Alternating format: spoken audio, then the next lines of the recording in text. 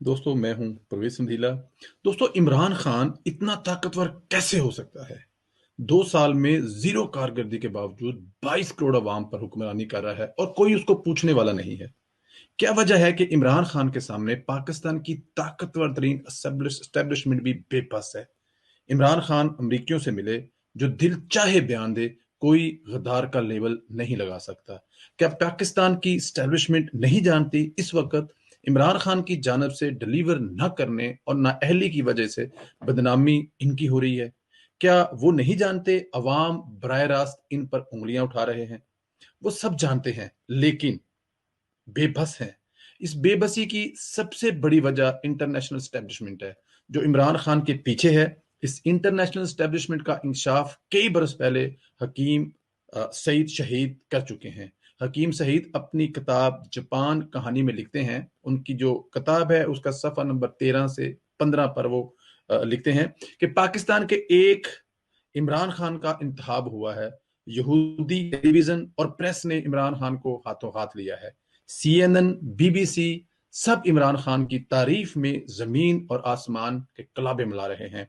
बरतानिया, जिसने फलस्तीन को तकसीम कर कर यहूदी हुकूमत कायम कराई, वो एक तरफ इमरान खान को आगे बढ़ा रहा है और दूसरी तरफ आगा खान को शह दे रहा है।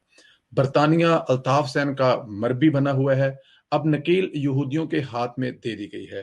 कानो कान खबर नहीं हो रही और अब इमरान खान की शादी यहूदियों में करा दी गई है।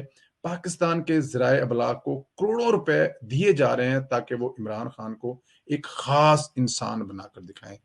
इस इनवान पर अमरीकी नायब सदर ने इमरान खान को लंच पर बुलाया। नौजवानों, क्या अब पाकिस्तान की आइंदा हुकूमत यहूदी असल होगी? ये थे जनाब हकीम सईद, जो आज से 25-30 साल पहले अपनी किताब में ये लिख चुके थे जब ये सारा कुछ हो रहा था। दोस्तों हकीम सईद तो फरमा गए। इमरान खान की साबका अहलिया रेहाम खान साहबा क्या कहती हैं, तो जरा वो भी सुन लें आप। रेहाम खान साहबा ने इमरान खान के साबका अहलिया हैं।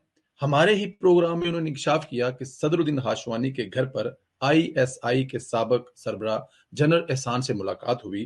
उन्होंने तस्दीक की कि अमरीकी इमरान खान के पीछे हैं।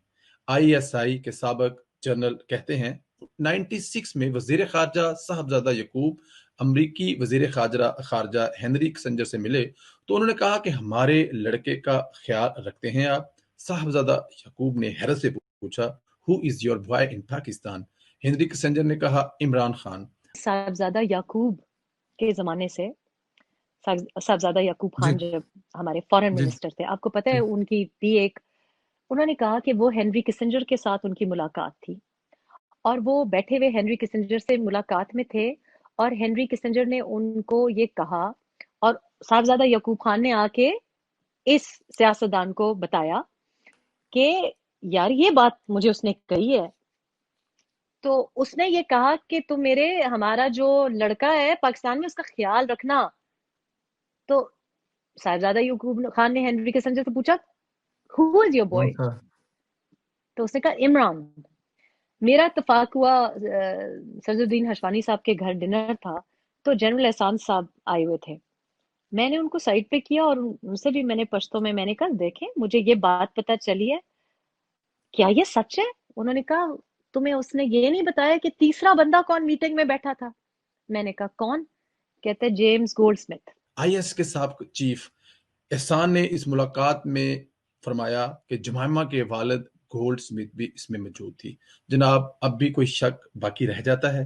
अगर आप गद्दार गद्दार का खेल चाहते हैं तो फिर आपका तो एजेंडा ही कुछ और है। इमरान खान तो पाकिस्तानियों का सगा है ही नहीं।